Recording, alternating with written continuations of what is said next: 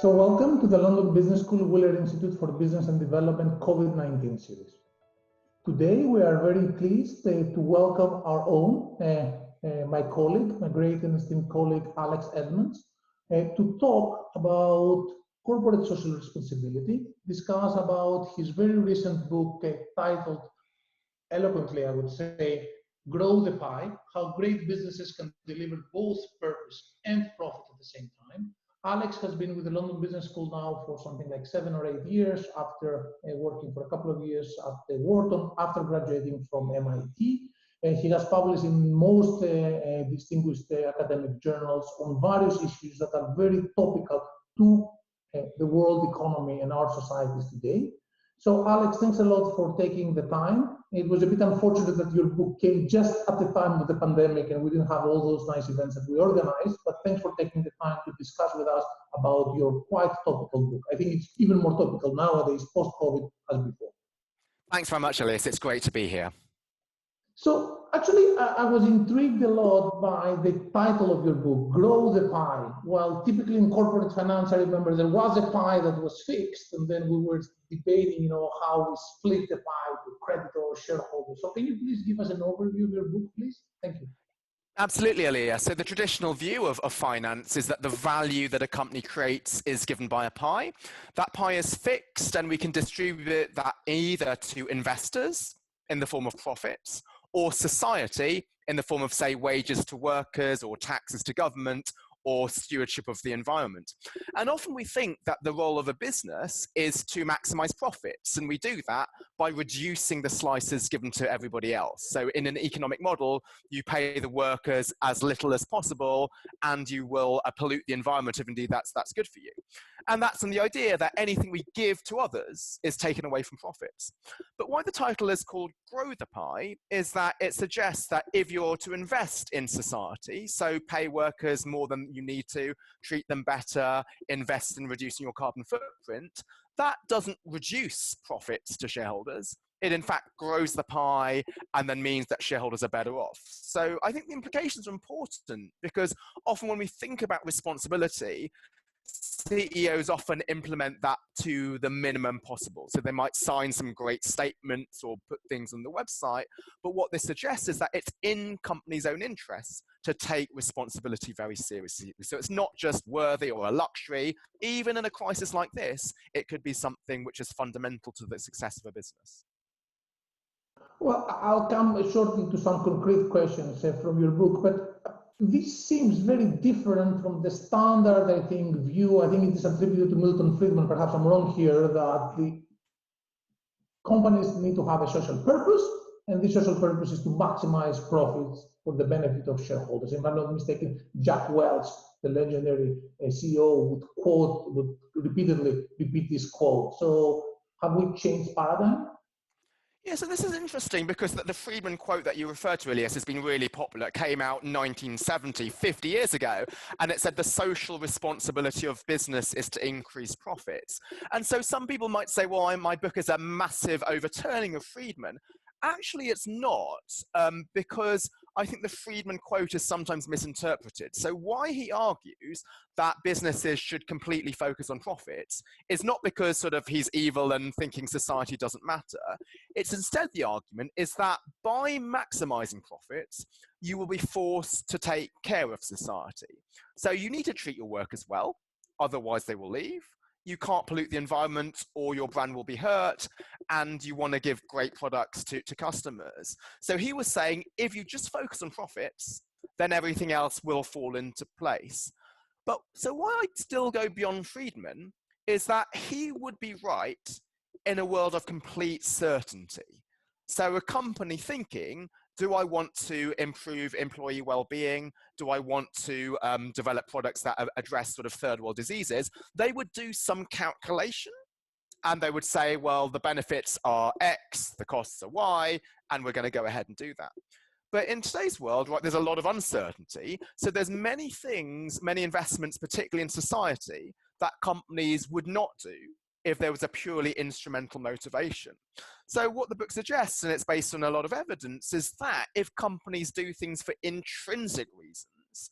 So they are first motivated by solving social problems, even if there's not a clear route to profit. Unexpectedly, those solutions to social problems might end up being monetized or leading to greater employee engagement, and so it will benefit eventually, even if profits were not the motivation for doing those actions.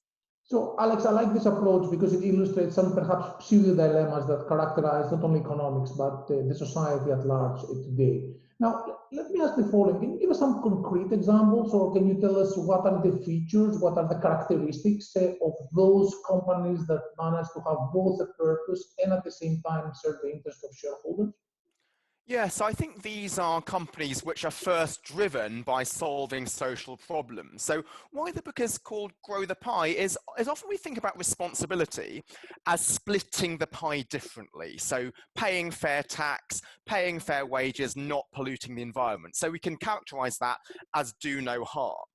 But I'm saying that responsibility goes further than that. It's actively doing good by trying to solve social problems. So one example I give is Vodafone. So many people heralded Vodafone as a responsible company because they released this tax transparency report showing how much tax they were paying to governments worldwide. But I would say that's about not doing harm, not cheating on your tax. That's not about actually doing good. I think the best thing that Vodafone did was that in 2007, helped by Nick Hughes, who's currently an executive fellow at the Wheeler Institute, they launched M-Pesa, which is a mobile money service in Kenya, which provided financial inclusion to hundreds of thousands of Kenyans. And there was evidence from professors at MIT that improved the livelihoods. It lifted 200,000 households out of poverty, and many of them were headed up by women. So why did they launch that? It wasn't to make money. It was to solve this social problem of financial inclusion. But ultimately, Vodafone was eventually able to monetize that after the fact, and so that ended up being profitable as well as responsible to society. Also, there is a broader, I guess what I enjoy with your work is that, coming from finance, you discuss about these issues that are very important. For example, they touch this big issue of a growing inequality in the Western societies, and we see what's happening today, perhaps as a manifestation of that. So I remember in the old days that many people, would complain about executive compensation and boards, and they were alerting people of those agency problems. So how do you think this is playing out in the years to come, especially also in light of COVID-19, which raised more and more awareness of those issues? Yeah, so certainly inequality is an important issue. However, I think that some of the public debate about it is focusing on the wrong factors. So often when we think about pay fairness, we'll look at the pay ratio between the CEO and the average worker, thinking that a high ratio is the CEO is being paid at the expense of everybody else. But again, that's based on the fixed pie mentality, that anything that you give to the CEO is taken away from everybody else. When in fact, a CEO could be well paid as a byproduct of growing the pie and making the company successful. So one example is Disney. So last year, there was a lot of controversy because Bob Iger was being paid $66 million, which was, I think, 1,000 times the average worker. But that high pay wasn't stealing from everybody else. It was just because Disney had been a really successful company. So since his tenure, the stock price had increased by 600%, whereas the market had gone up by 150. And obviously at Wheeler, you're concerned not only with shareholders, but society, but he'd also created 70,000 jobs. So the reason why he was well rewarded was because the company was really successful. And fair pay means that if the company is successful, you get rewarded, and if it's not successful, you don't get rewarded. So that was the byproduct of creating value rather than caused by extracting value from everybody else. So I think what we want to look at is, are CEOs actively creating value through innovation, through solving social problems, not so much the ratio of pay. Now, inequality still matters, but I think that the best way to achieve this is through government policy. For example, there is high pay in CEOs, but there's high pay in virtually anything scalable nowadays. So top lawyers and hedge funds and bankers and so on can get a lot of money. And I think this problem is quite pervasive in a global economy. Anybody with something scalable is going to be well rewarded, but that's why things such as income taxes, and some people have also suggested wealth taxes, that would address this on a systematic basis.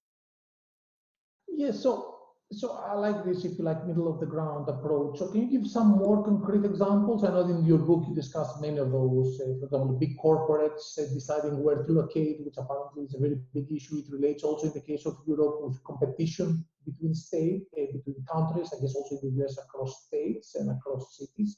So, and many people have been very critical of this, like shoplifting of corporates.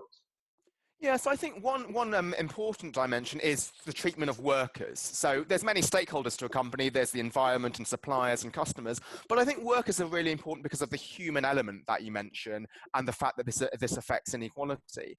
So you might think, well, a company should be profitable through working their employees as hard as possible, through paying them as little as possible. And if indeed you think about perhaps the most successful management innovation in the 20th century was the assembly line, which forced workers to keep up with the pace of production. Again, thinking good management is squeezing as much out as possible out of your resources.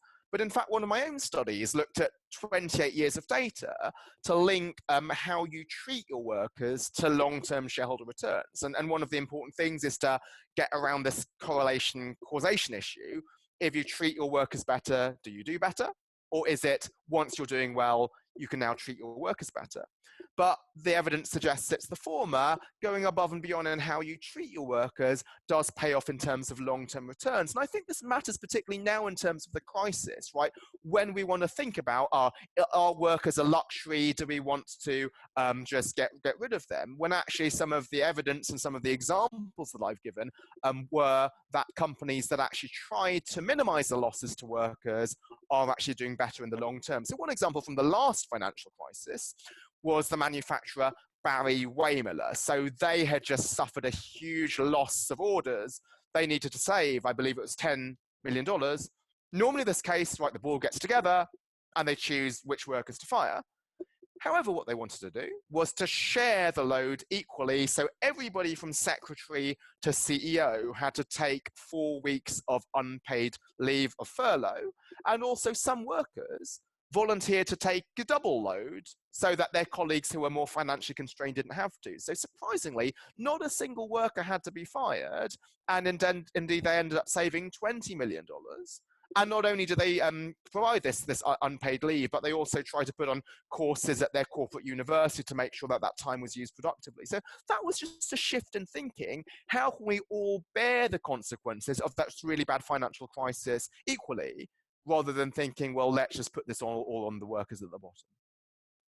Yeah, so my last question, which actually is a question that we ask all of the friends and colleagues who join in this COVID-19 series, is what can we expect from businesses in light of COVID-19? So what is the role of business? You rightly point out that perhaps there was a shift in view, which has been gradual, but COVID-19 has been a huge impact, for example, on the labor market. So what do you think businesses should do now? I think any business leader should ask herself the question, what is in my hand? So what I mean by that are, what resources does my company have and how can I deploy them to solve social problems through innovation?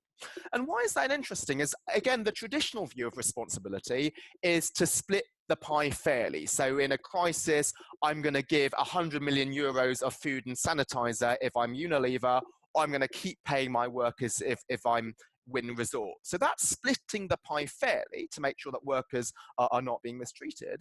But not every company can do that. So if you're not in the food and sanitizer industry and you don't have anything to give, or if you can't keep paying your workers because your business has taken a hit.